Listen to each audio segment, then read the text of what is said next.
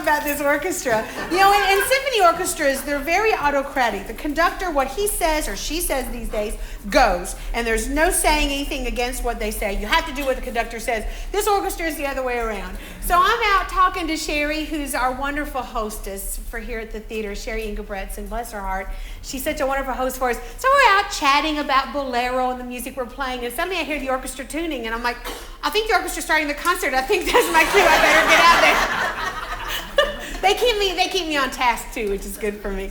So thank you all for being here tonight. We're going to have a fun, short concert, but a wonderful concert as always with the Main Street Symphony, and I'm Dana Lowe. I think everybody in here knows all of us at this point. Tonight, we're going to look at music that was all written around the turn of the century, around 1900. You know, I'm still getting used to the fact that when you say turn of the century, that to me means 1900.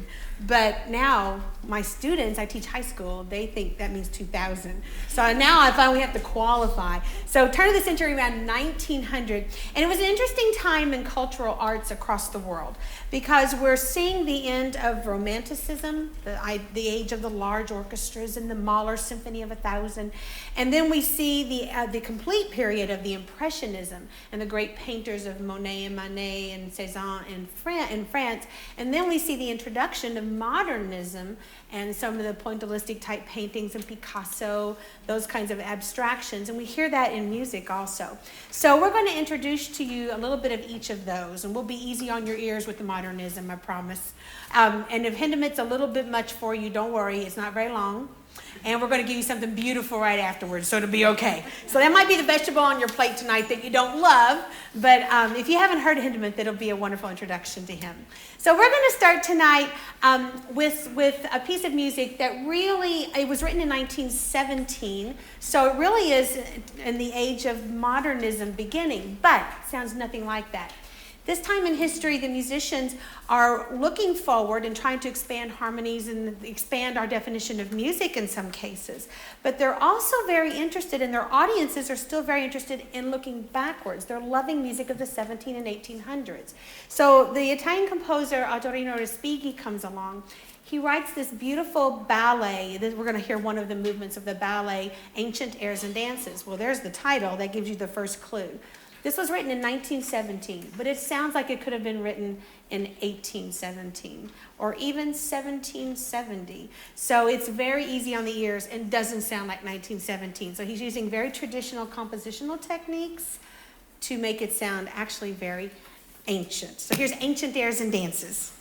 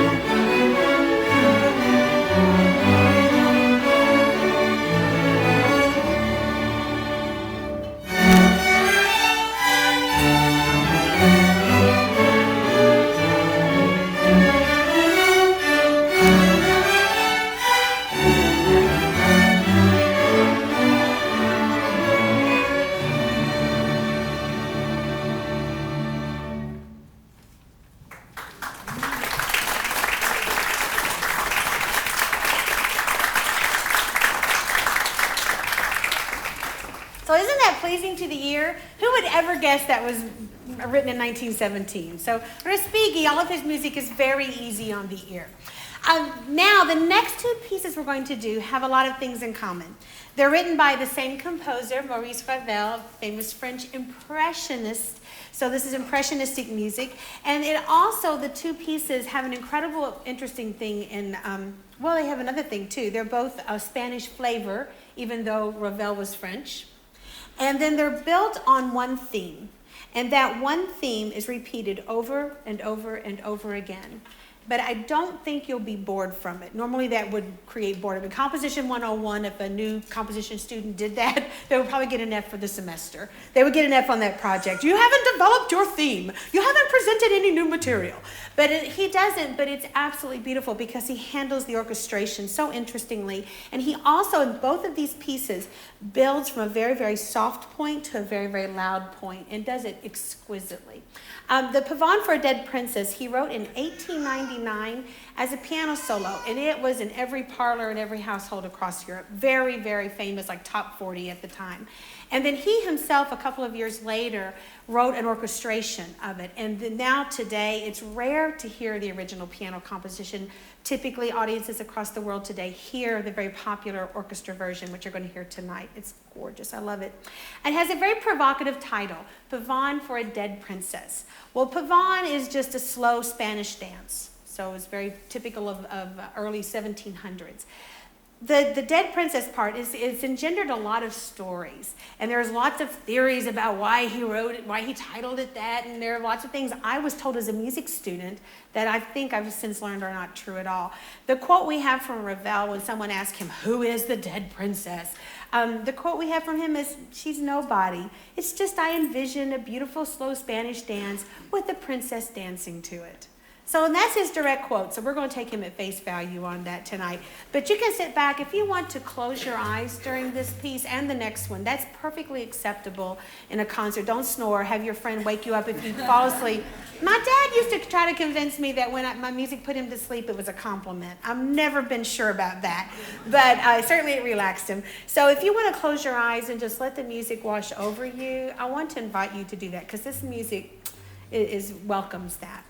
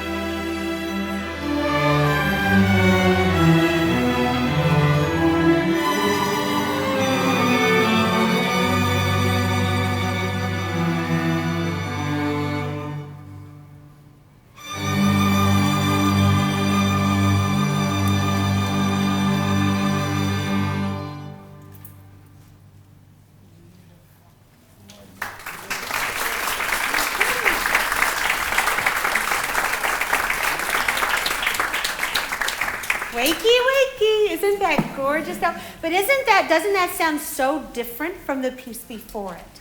It's amazing to me. I've studied music my whole life, literally, and taught for half of that and performed. It still amazes me that with 12 notes on the piano, all those white keys and black keys between, with 12 notes, there's still endless possibilities of combinations of sounds. Same exact notes, but makes that, and it's so different from the first piece. It's incredible to me. It still amazes me. All right, so now the second Ravel piece is a great favorite. If you don't recognize the name, you will recognize the music, I promise you. This was originally called Fandango, because it is Spanish, but it's Ravel renamed it Bolero because he thought they had a little fancier, more fun name. So maybe he was right about that. I don't know. But this was made famous in the movie 10 with Dvorak, the beautiful lady running on the beach with the braids. Okay, so this was brought to America's national attention through that movie. But it is a masterpiece of music because Ravel said he wanted to experiment with using just one little theme, and he wanted to see if he could make that repeat and repeat without getting boring by using different orchestrations and sounds. He also said when he devised this melody, and he said it had a very insistent quality about it, which I'm sure you'll agree when you hear it. He said that was inspired by his father's factory. His father was an engineer, and he ran a factory. And the young Ravel was with him a lot at work, and he would hear the machinery and its incessant rhythms. And that's what he said inspired this. And so you'll hear that, but in a much more beautiful way than you might expect. So now we're about 25 years later from the Pavane, and now we have the famous Bolero. And we have extra special help tonight. I'm a high school teacher, very proud to be at Mill Creek High School. Two of my senior, incredible, my star bass players are men of many talents. As you can see, we have Ian Brown, who's been very gracious to bring timpani tonight. The hardest part of being a percussionist is loading the equipment. And Eli Browder on snare drum. So men, thank you for being here. We really appreciate it.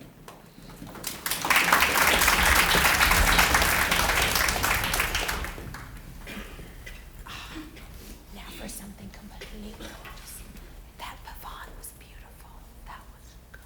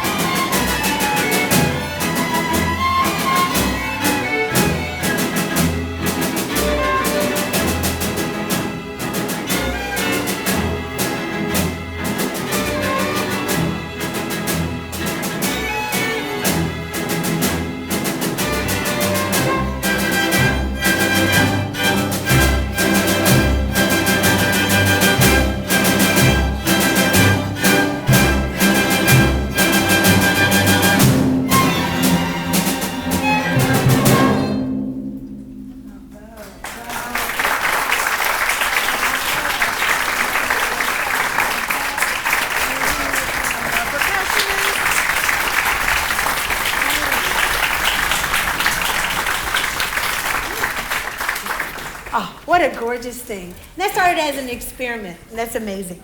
Now, this next music's going to sound a little experimental, but Hindemith didn't see it that way. The next piece is called Acht Stucke, which means 8 pieces. We're only going to do 3 Stucke because 8's a lot of Stucke. So we're going to do just 3 for you tonight, and you will have the flavor. Hindemith is a really interesting character in Germany at this time. This is the year's 1927, and he writes this wonderful piece as a chamber piece of music. We're a little bit large to be playing it, but nowadays it is played by large orchestras. Hindemith was trained as a violin player all of his life, and then took up the viola, which was really, so he's quite beloved, I think, by the violas. And he wrote a wonderful viola solo that's really a part of the standard important literature of the day. Hindemith, on the one hand, completely eschewed traditional music. He felt like the whole concert experience needed to be redone. He didn't like this whole idea that the musicians were making music on stage and you were out there just taking it in. He wanted it to be more interactive, so I'm all about that. That sounds good. He would have liked what we're doing tonight. We're in an intimate setting, and I'm trying to connect you with the musicians as much as we can and get you involved in the music. So I think he would have liked this. He also wanted to experiment with tonality. Now that's where it gets interesting, because some of his music is quite interesting, and that's probably the most kind word you could say about it. It's interesting and very esoteric, very academic in a lot of ways. But he was also very interested in very early music, and one of his favorite things in life to do was to perform early music on period instruments. That doesn't jive with most of what we think about Hindemith these days. We think of him as a modernist, very much so. When you hear the music, you'll know exactly what I'm talking about. So how does he make this music into interesting from beautiful? And it is beautiful in its own way. I like Hindemith. Do I clean the house while listening to it? No. but I can certainly appreciate it.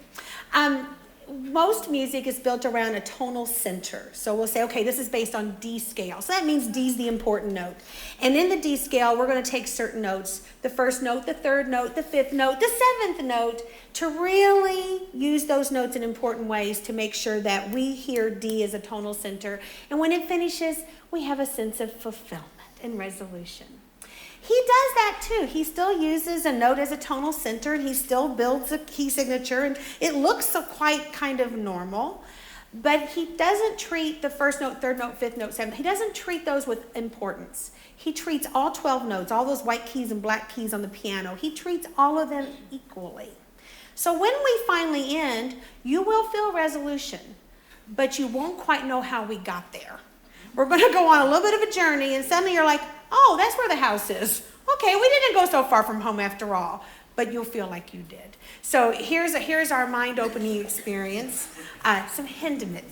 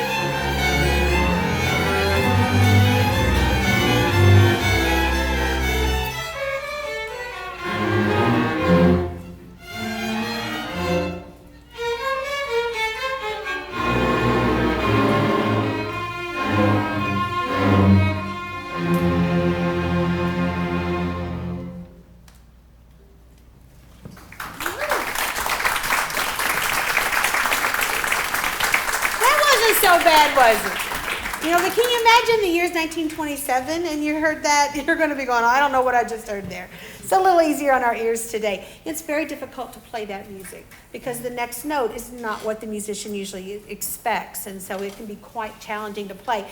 And it's really interesting that when it sounds kind of weird like that, it seems like if we play our finger a little out of tune, that maybe it wouldn't be as noticeable as Beethoven. But in fact, it's more noticeable because it's already kind of strange. If we put our finger out of tune, it goes stranger and it gets out of acceptability range. So in fact, it's a little more difficult in that regard also. Now, we're going to cleanse your ear palate with something gorgeous. Pietro Mascagni, you may not have ever heard of him. I don't want to say he was a one-hit wonder. He was kind of a one-hit wonder. He wrote the Cavalleria Rusticana, famous operetta. He wrote it, we're back now to late Romanticism. So this is very romantic and beautiful. You'll love it. And you've probably heard it before. It's gorgeous. He wrote this operetta for a competition. And his teacher said, I've got a great thing. You should enter this competition. And it turned out that he did win the competition with his operetta.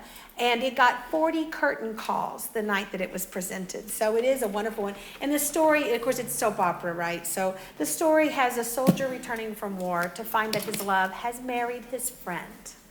And then there are all kinds of ugly revenge starts taking place, and it gets quite, convoluted and all that. But anyway, a story that could sadly take place today probably. So that's why it touches our hearts.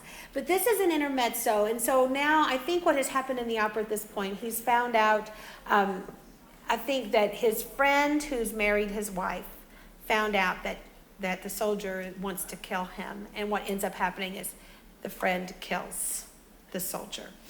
So it all gets kind of ugly. But this is a moment in the opera that's really beautiful when he realizes the enormity of the situation and how bad things have gotten. And he's standing in this beautiful plaza at the small village around the fountain, and this music occurs, and it's poignant.